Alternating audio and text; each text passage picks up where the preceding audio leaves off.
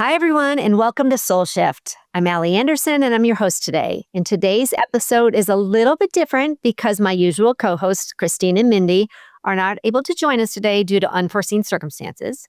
But I'm still excited to be here to hold space with you just the same. And for many of us in the midlife transition, transitioning emotionally, transitioning spiritually, and of course, transitioning physically, there are the moments we lean into deeper questions. Who am I becoming? What does wellness really mean for this next chapter of my life? And it's why I'm excited to tell you about our guest today. Our guest today is the incredible Dr. Amy Divaraniya. Dr. Amy is the founder and CEO of a company called Oova. Amy has combined her data science background, her lived experience, and her heart to support women on the journey of fertility, of perimenopause, and overall hormonal well-being. She's been featured in major press and is recognized as a leader in healthcare. In this conversation, we are going to explore how she turned her own fertility journey into a mission and how objective hormone data can anchor empowerment and how mindset, nervous system healing, and self-efficacy all ties together. My hope is that you walk away with not only new insights, but also with soul-level permission to lean into your body's wisdom. So let's dive in. Welcome to SoulShift, where modern science, ancient wisdom, and real life align. SoulShift offers a peaceful pause in your week, a gentle reminder that meaningful change doesn't have to be overwhelming. Together, we'll discover practical tools, we'll share authentic conversations, and honor the beautiful complexity of being human. This is your invitation to breathe, to reflect, and to trust the process. Thank you for being here. Let's shift Gently together. Amy, thanks so much for being here today. Thank you so much for having me. I'm excited to be here. And I want to tell our audience, I know you already know this, but I had the pleasure of meeting you a few years ago when I became interested in tracking my own hormones. And I started noticing they were changing dramatically in perimenopause. And I started using the Oova device, which I'm so excited to share with everybody today. I started tracking my hormones on a daily basis, as you already know this, but our audience should know. And furthermore, I started tracking my symptoms that was going along with my hormone fluctuations. And so I'm really excited to dive into that today. It's a roller coaster, right? And I feel like oftentimes women end up becoming N of one studies trying to figure out how do I kind of science my own life back to like what is normal or whatever I consider to be normal for me. It's a pretty debilitating transition. And what's unfortunate is we go through it multiple times throughout our lives. And sometimes it's a bit more dramatic than others. And I think this midlife transition that we go through is a bit more dramatic. It's really foundational. We're going through hormonal changes and it's hard to avoid it. But I think showing ourselves some grace is actually quite necessary, and then getting data is really powerful.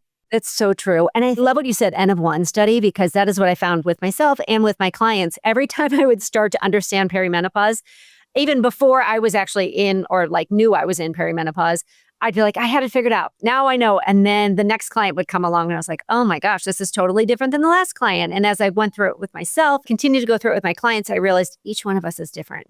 And this is why I love the Oova tracking so much, because I was able to start to like track, this may be why I feel this way. Look at my hormones this morning and then the symptoms that correlated with it and start to make a little bit of sense of what I was leaning into learning from my body. So I'm so excited to share Oova today.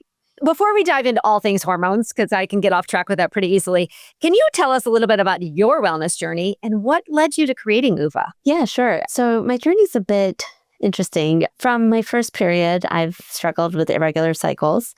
And then after college, my cycle was obviously still irregular, but I had spent the last semester in the library studying. And so I was eating garbage. I had gained a little bit of weight. I hadn't had time to get my eyebrows done. I'm Indian, so like dark facial hair is like very normal for us. But my mom, again, as I'm South Asian, my mom's number one concern was, well, if your cycles are regular, you're not going to be able to give me grandchildren. So we got to get this fixed yesterday. And so she took me to an OBGYN to like evaluate this. The doctor didn't run any tests or anything, but just looked me up and down and said, you have PCOS or polycystic ovarian syndrome. Here's metformin. Here's birth control. On your way. And like being a compliant patient, I started taking these drugs. I didn't ask questions. I didn't know that I could or that I should, or I didn't know, right? So I started taking the meds and I ended up experiencing every side effect that was possible from these two drugs. So my difficult ones were I became anemic. I started bleeding pretty profusely on the birth control. And then from the metformin, I actually ended up starting experiencing a lot of depression, not wanting to get out of bed, just no energy, very lethargic, which is not my personality at all. I'm a very happy, energetic person. And all of a sudden, it was a struggle to get me out of bed on the weekend or on a day off. So I dealt with it for 3 years. I mean, I don't want to fault the doctor too much. We did rotate out multiple birth controls and we tried different things, but nothing was really suiting me. Now, fast forward 3 years. In that time, I lost the weight. I got my eyebrows done. The acne had cleared up. I got back on my normal diet. And I went to a new OBGYN. And now what this doctor had done was they actually ran baseline blood work on me before I walked in. And maybe to age myself a little bit, when the doctor walked in, she was still writing on a clipboard. So she walked in, didn't really look at me, just was going through my results and was like, in my intake form, I had mentioned I had PCOS and I was on these drugs. And so she's like, get off of the metformin. You don't need the birth control. You just have irregular cycles. You don't have polycystic ovarian syndrome. Just stop taking everything, and moved on. And I was like, okay, so for 3 years, I was like on these things for no reason and there's no explanation. But it kind of comes back to like how multifactorial some of the issues are that women deal with. And then like this is in my early 20s, fast forward a few more years, again, dealing with irregular cycles throughout adulthood too. My husband and I started trying to have a baby and we did not want to pursue the invasive route. We didn't want a doctor to tell me how or when I could get pregnant because after these two experiences, I kind of had pretty deep mistrust for a doctor telling me how or when I could get pregnant. And so we agreed if it didn't happen naturally, it just wasn't for us. It kind of set me on this like incredibly depressing, dark, lonely infertility journey that I navigated.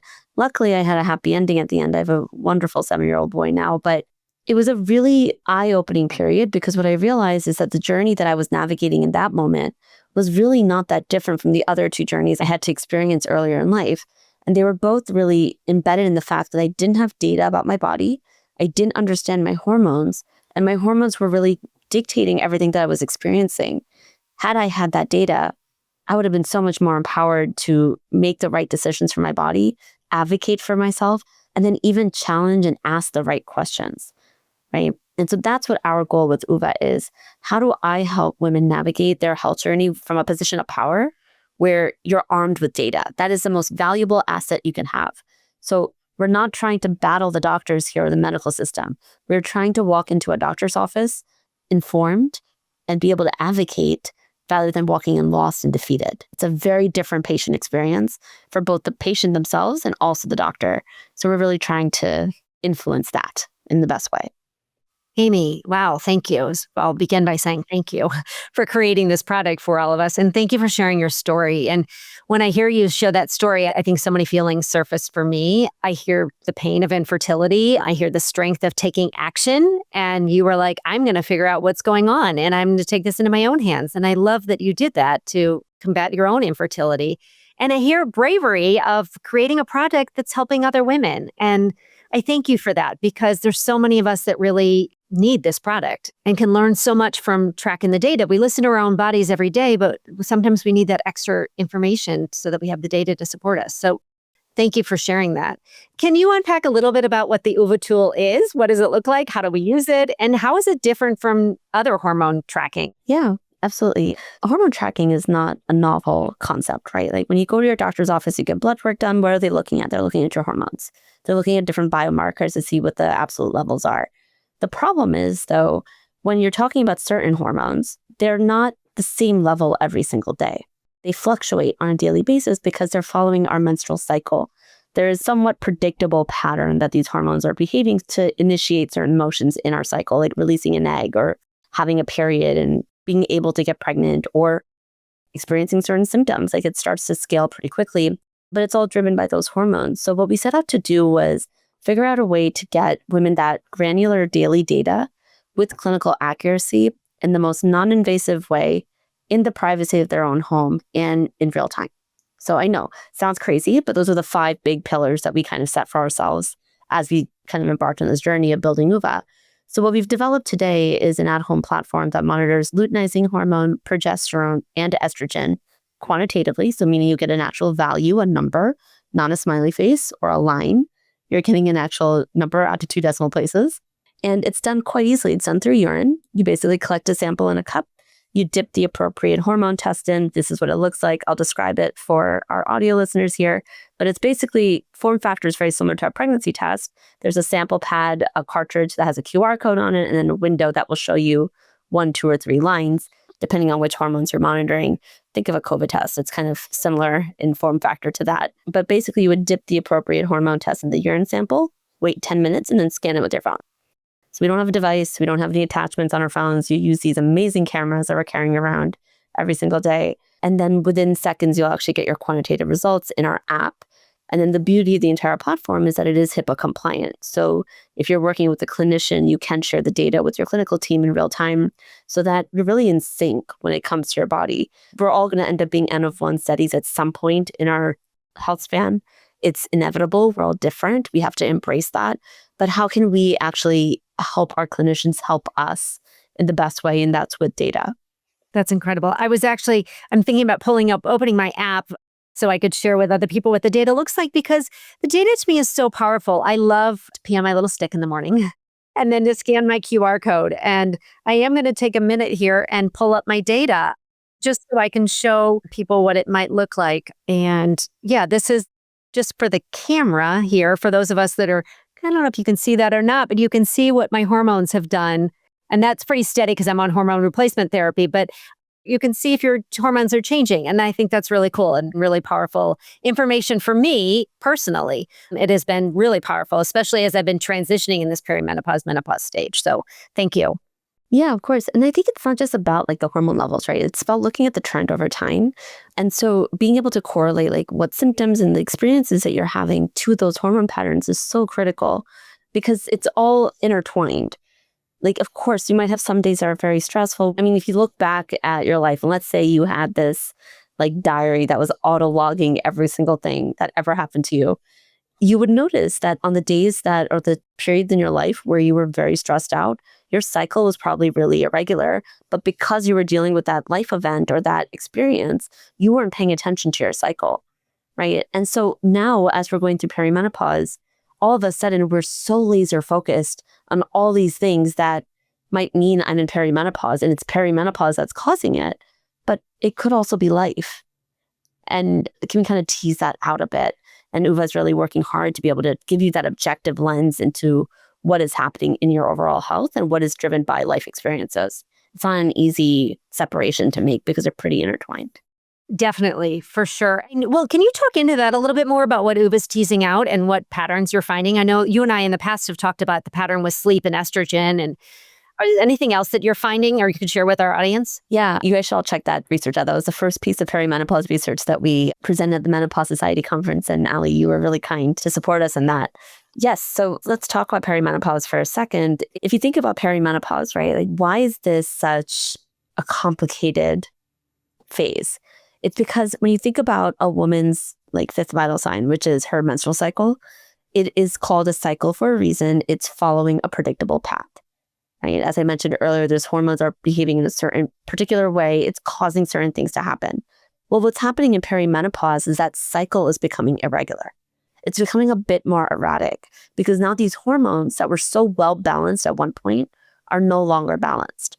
And so when one is out of whack, think of a seesaw. If the two people on the ends are not evenly sized, it's going to teeter in a different way. So that's what's happening during perimenopause. You have hormones that are starting to no longer be balanced, and now the body is having to compensate. You may see that through symptoms. You may see that through other hormones over like behaving a bit more strongly, some acting a little bit less. And that's what starts to cause the discomfort or the not feeling like myself, like motion that gets started in that moment.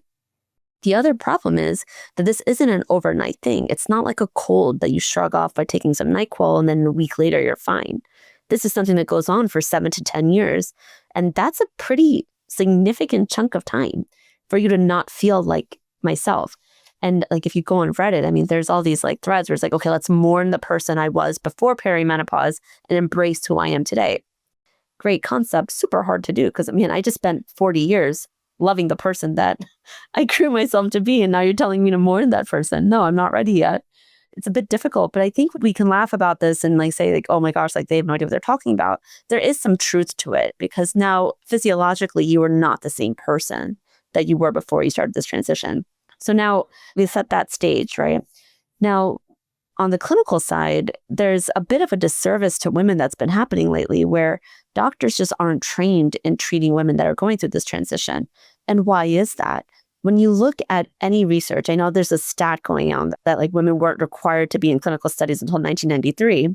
Yes, that's a pretty crazy statistic and it's true, but that doesn't mean that women weren't in studies prior to 1993. There were studies that were happening, but the big problem is that when you look at the exclusion and inclusion criteria, typically if women are not having a 28-day cycle or have a reproductive condition or hormonal imbalance, they were excluded. So you're looking at basically the 5% of females that are within a specific age group that have a 28-day cycle.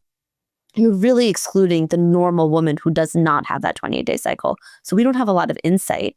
And what that also means is that when you're looking at this research, if in perimenopause we're talking about the cycle becoming more irregular, women navigating this decade of life have been excluded from most research that has happened today, until today.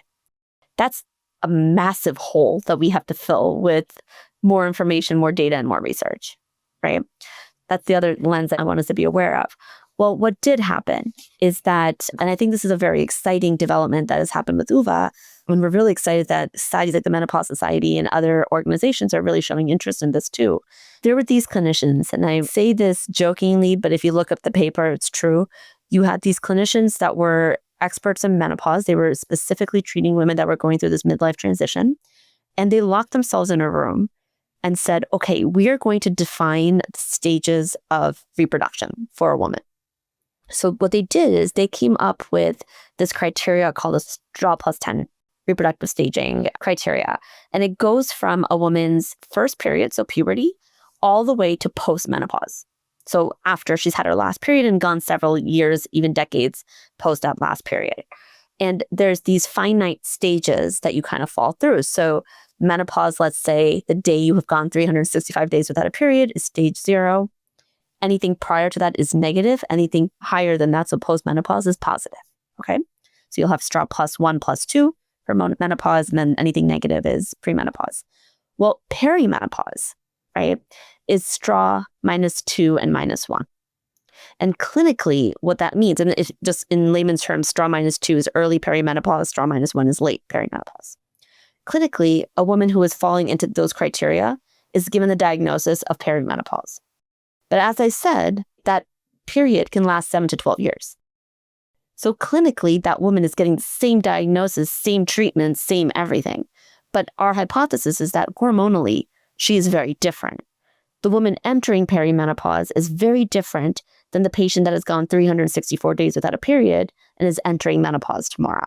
That was our hypothesis. What we did is we looked at almost 1,800 women and their cycles in Oova's data, and we were actually able to define a hormonal signature for each of the straw stages. And then more importantly, in that perimenopause phase, we actually defined 6 subtypes of perimenopause. So we can follow a woman's journey through this 7 to 12 year path and map out exactly where she is. And then more importantly, what are the symptoms that she can look forward to? What are lifestyle modifications she can make? And what are some questions and discussions to have with your doctor? All of a sudden, you get so much more data and you're armed with so much information to be able to go and have that conversation with your doctor. And it's been incredibly empowering to see our patients and our clinicians really embrace us.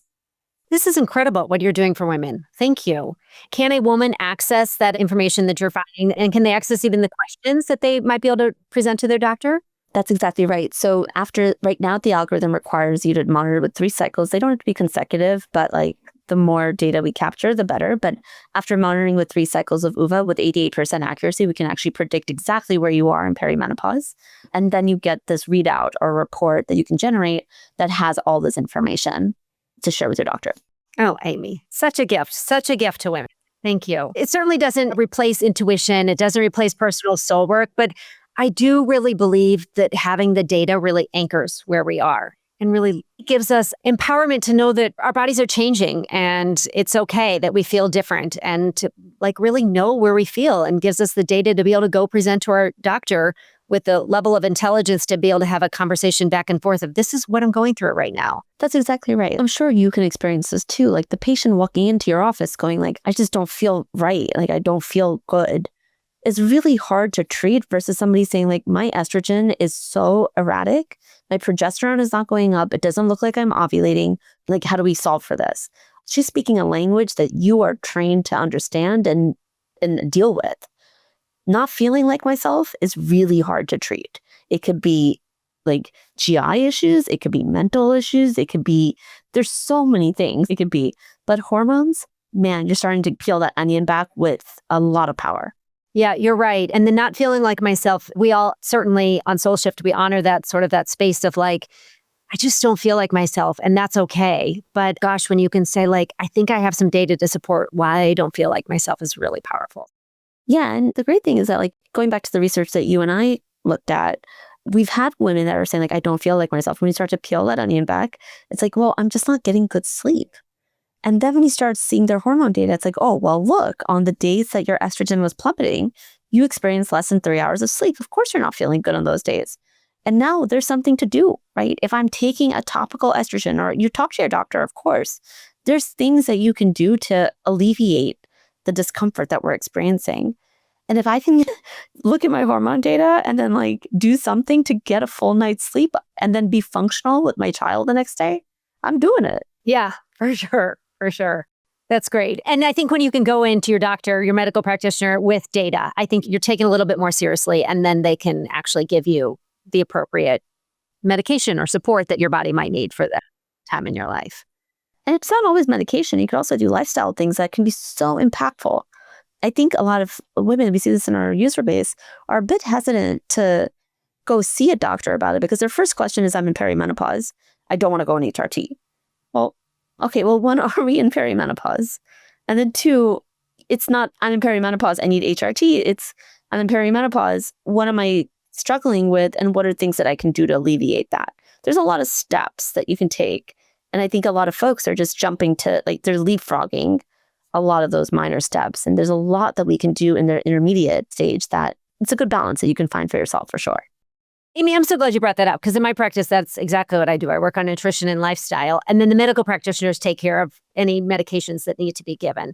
But oftentimes people do come to me and they've already started hormone replacement because they thought that was the answer, and they still don't feel great, right? And so the cool thing about changing diet and lifestyle is it supports the medication that they're already taking. And we certainly don't take away something that's been prescribed, but we can support what that medication is doing inside the body. And when we have data to back it up too, then we can also see that, hey, look, this nutrition and lifestyle change you're making, you've got the data to prove it's actually working. You feel better, you're sleeping better, your mind is clearer, you knew all of that, and your body told you that, and your intuition told you that. But it's also cool when you're like, I can see the data that is showing that my hormones are pretty darn balanced because my nutrition isn't in fluctuation. And let's get some like real-time feedback that the changes that we're making are actually working. Well, let's take that and let's shift gears a little bit to the soul side. Many of our audience members, they're wrestling with their hormones, as we've talked about, and it's a beautiful time in the middle of our lives. And many of us are working on our nervous system. We're trying to integrate past traumas. We're defining who we're becoming, where our children are leaving our home, or we're becoming empty nesters. And we're trying to reframe, how do we relate to ourselves, to our soul, to our body? And from that vantage point, I'd love to hear from you, because you speak into this so beautifully. How does mindset and nervous system regulation interplay with hormone health as well? Like so intertwined. Like probably not the best answer, because the thing that I don't have an answer to is the causality, right? Is it that the hormones are causing the stress, or is it the stress are affecting the hormones? We don't have that causality necessarily. But there's some things that you can see. And like, let's get down to like the foundational thing. We know that when your estrogen is high, your cortisol is low, and vice versa. So if your estrogen starts to plummet, which is what typically happens during peri and postmenopause, your cortisol levels are naturally going to be high because that negative feedback loop is no longer being fueled, right? So what's that going to cause? We're going to have an elevated level of stress. And I'm really simplifying this. There's obviously a lot more to it. But I think it's a conscious cycle that I think we all have to break. And I can speak from personal experience, like when you're going through a journey, whether it is perimenopause, fertility, a health struggle, any life change, talk yourself into these like kind of endless loops that are really hard to get out of. I can share personally that when we were going through our fertility journey, initially I had my partner with me on the journey quite closely. So we would try, and then like when I thought it was time to take a pregnancy test, he was in it with me. Like we're both waiting for the timer to go off to go look at that test. After a couple of months, I killed that, because initially it was great. Like, okay, it's fine. We'll try again next month. But then after a few months of like getting negative test after negative test, I'm sad and frustrated and upset because like my body should be doing this, and why is my body not doing it? But then seeing my partner upset was even more devastating. So selfishly, I ended up like dealing with that pain on my own, and he was aware of it. Like obviously, like we're still trying, and like obviously she's taking a pregnancy test, and obviously we're not pregnant yet. He's a very smart man, and he figured all that out, but was also intuitive enough to not kind of broach the subject with me because it was a very sensitive thing for me. And there'd be nights where I'd be lying in bed crying, and not like profusely crying, but like he knew, and he didn't know what to do. This all came out after got through the other side of this tunnel and had a chance to kind of deal with that. And I'll call it a trauma because it was a very painful period for us. And he said he didn't know what to do. And my response to him was, all I needed to do was touch my arm. Like I just needed you to know you were there. And that was it. And he did do that, but he didn't know that was enough. And I didn't convey that either. So I think none of that helped my hormonal state, right? Because I'm in this constant state of fight or flight. I'm so upset. And that is going to have an impact on my hormones. And if your body is in this constant state of shock, it's not going to prioritize allowing you to have a baby, right? Because if you're in this like traumatized state, the body's going to focus on how do I make myself healthy, not how do I grow a population. That's not what it's focused on.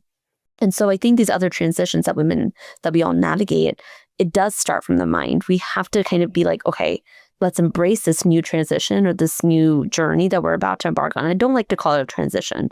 I think journey is actually the right word because it doesn't have to be a negative.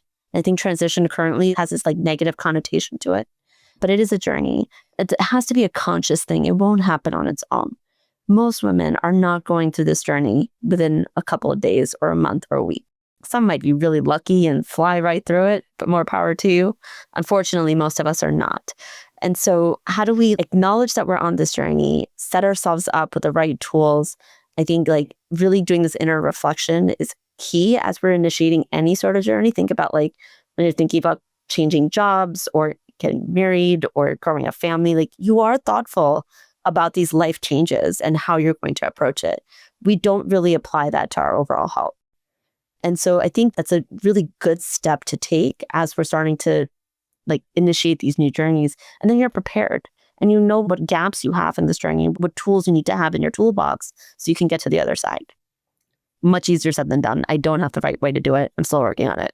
I think your answer is beautiful. And I think everybody resonates with that answer. And there may never be an exact answer, right? And one of the things you said, if you're feeling a lot of stress, the body's going to shut down the things that aren't priorities at the time. And I explain that to my clients often when I say, if you're running from a lion, the body is not going to create a baby, certainly, right? Because you're literally running from a lion. And there's a lot of other body processes that will shut down as well. So it's really just beautiful to sort of be in tune with what your body needs right now and when you need to just slow your body down and honor that your hormones are trying to do what they can do, but you got to stop running from the lion in order to let them do what they can do. And one of the things I'm taking away from what you said that's sort of actionable is really just show up with curiosity into your body and where it is, and not judgment and not fear, but just to say like, okay, I'm listening to you. And where are we right now? And what is my Oova test telling me where we are right now? Because that's really valuable information as well, right? I understand I feel imbalanced. I understand I feel like mentally overloaded. Where are my hormones showing up right now? And what can I do to support that with diet, with lifestyle, if medications are necessary? And how can I support these hormonal chemical messengers that are communicating to the entire body, right? That's exactly right. Yeah. And I love just sort of saying, learn about your patterns. And instead of saying like, tell me what's wrong, body, just say, I'm learning about my patterns, and I honor I honor where I am. Just listen. Yeah. Let's take some time to ground all of this. I'd love to give our audience just sort of 3 practical takeaways. So you've mentioned like 3 big insights, I think. First is understanding your body and then showing up with grace for yourself. And in this journey, I love that you use the word journey and not transition. And I'm going to adopt that from you and take away transition out of my vocabulary. And then you also, of course, talked about using Oova as a tool that we can learn. So if we unpack those briefly and we begin with understanding your body, what is one meaningful insight you would give to someone who might be discovering that they can begin to track their hormones and to understand their body? So if you look at, for example, like perimenopause is a good example. Currently, it's diagnosed based on symptoms. It's not even looking at hormone patterns. Like the guidelines from the American College of OBGYN does not require hormone testing to do a diagnosis. It's looking at symptoms. So if you're not ready to do hormone testing yet or go down that commitment route, just start listening to what your body is saying and track these symptoms, see how often they're happening. There's something very different and tangible when you start logging things, right? Think about like when you log your diet, if you're trying to lose weight, you might think I'm eating healthy, but the moment you start putting that food into MyFitnessPal or into one of these apps, it's like, oh shoot, like I am not healthy. Like what was that snack? It's not worth it. It starts to hold you more accountable, right? If you're just trying to like get in tune with what's going on overall, just start tracking your symptoms. You can use any of these apps. So you can use an Oova app. The app itself is free. Start tracking your symptoms in there and see how frequently that's happening. How is your sleep? How is your bloating, your digestion? Like, what's your skin like? Are there things that are really bothering you? You might see a cyclical pattern just by tracking the symptoms alone. For sure. Thank you. That's great advice. And, I'm following in behind that, giving ourselves grace on this journey, which you have spoken into so beautifully. What advice would you give to the woman who just feels like I'm behind on giving myself grace? I'm on track on tracking my hormones. How can I give myself this grace to step into this next phase of my journey? I wish somebody had told me this when I was going through like various stages of life. You need to find your community. And that doesn't have to be like your mom or a friend or a social platform. It can be anywhere and it could be a mix of a bunch of things. But find some place that you feel safe to be vulnerable, because showing yourself grace is really difficult to do it properly in your closet, like alone, right? But now all of a sudden, when you find a community where you can be very vulnerable and share what is actually happening, and you don't have to share your name, you don't have to show your picture, you can be behind a screen. That is the beauty of the world we're living in today. Oftentimes this the idea of being behind a screen can be taken negatively too, but I think there's something quite beautiful about it because you can use it to your advantage.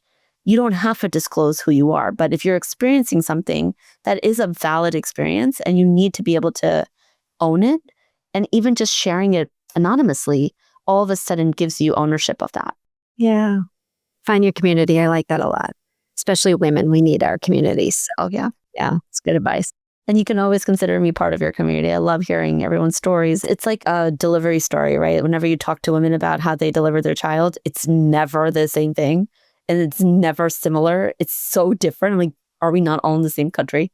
How is this so different? Yes, right. So true. Oova, the company in general, has been really supportive for me on my own personal journey. And you guys have really created a really nice community, I think, for women. And thank you. And I didn't use Oova for fertility because that was a long time ago, but I'm certainly using it a lot in the perimenopause stage. And my clients are using it. And you guys have really given a really nice community for all of us to come together. Oh, thank you. There's a lot. The lived experience that women are going through, we need a safe space to be able to share that. And I hope that we're starting to build a universe that we can actually do that in. Yeah, you're giving us that. Thank you. Okay, someone who's new to Oova and hasn't started tracking their hormones, what are the first steps? How do they get it? Where do they go? Well, they could work with you, Allie, or you can go to our website and you can purchase it yourself. You don't need to be working with a clinician. It's really up to you. If you buy it from our website, the app will kind of walk you through how to get set up. You could see what your health journey is on, and the app will guide you onto which tests, which hormones to test on which day and what the results mean. And then if you'd like a clinician, we do partner with over 500 clinics across the country that we're happy to do a referral to. We purposely do not get anything out of referring patients to clinicians. Our ultimate goal is to make sure women get the care they need.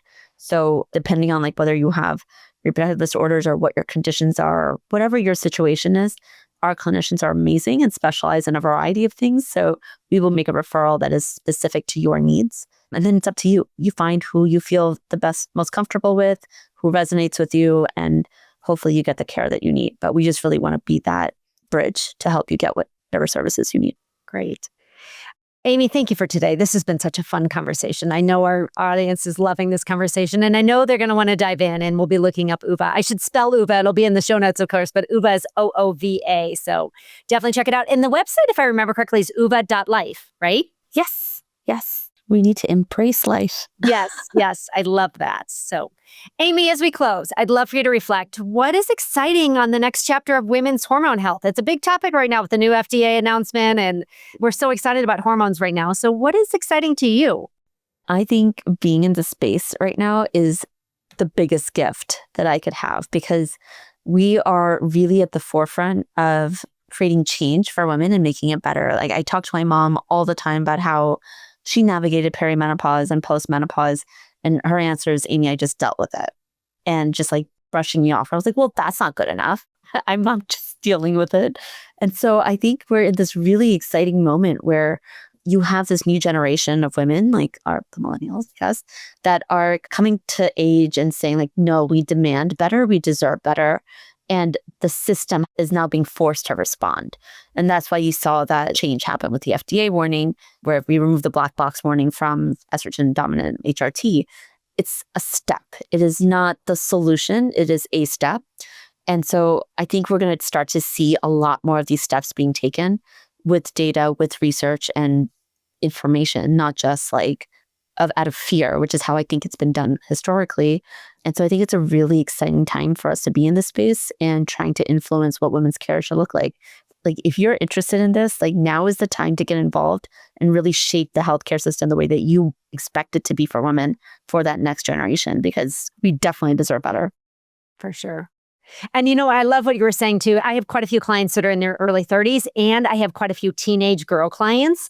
Everybody's interested in talking about hormones. And I love when my teenage girls are open about their hormone fluctuations and what they're going through. And some of them are interested because of acne or something like that. But so many of them are interested in, what is this doing inside my body? What are my hormones doing? How can I learn from what my hormone fluctuations are doing? And what should I be doing in my luteal phase? And what should I be doing in my follicular phase? And I love that they're embracing that, because certainly when I was a teenager, I don't even knew I had different phases of my cycle, other than I had my period or I didn't have my period, right? So I think that it's just beautiful, the conversation that's opening up around hormones. It's an opportunity. I think it's great. And you are a big part of this, because even teenagers can start tracking their hormones with an Oova. I've asked my daughter to do it and really learn, like, what are my hormones doing right now? I'm supposed to be in the follicular phase. What are they doing? And how can I adjust diet and lifestyle to support my follicular phase? Which is really cool. I mean, I think if teenagers understand that they have a follicular phase, that is a win in my book. Right. And they're starting to. It's like big now. They're really excited about their hormones. At least that's what I'm seeing. So that's awesome. And your messaging will continue with that. So that's great. Amazing. I want to take a moment. I want to invite our listeners into just imagining yourself 5 years from now. Imagine feeling embodied. Imagine feeling clear. Imagine feeling resistant. And imagine just honoring your rhythms, honoring your griefs, honoring the gifts that have brought you here. And what would you whisper to yourself now to support you in 5 years? And maybe you say something like, you're here, you're listening, you're honoring, all of this is new, all of this is changing, and that's okay. But you're ready, and you've got the strength to support your body and what it needs. And for our SoulShift listeners, I want you to carry one question out of today's episode. How would my body speak to me if I listen with both love and with data?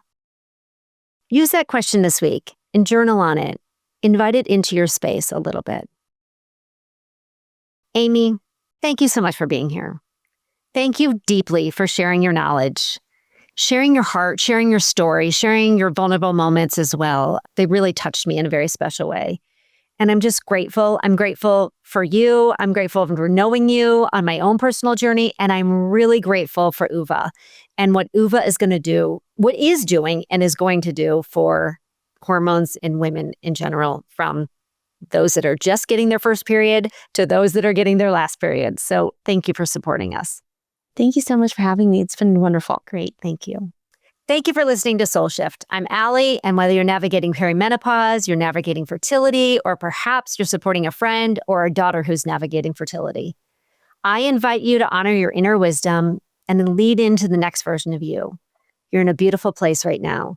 If you felt held or seen today, I invite you to join our community, share this episode with someone you know who is shifting, and take one small step into this week towards body-honoring wellness.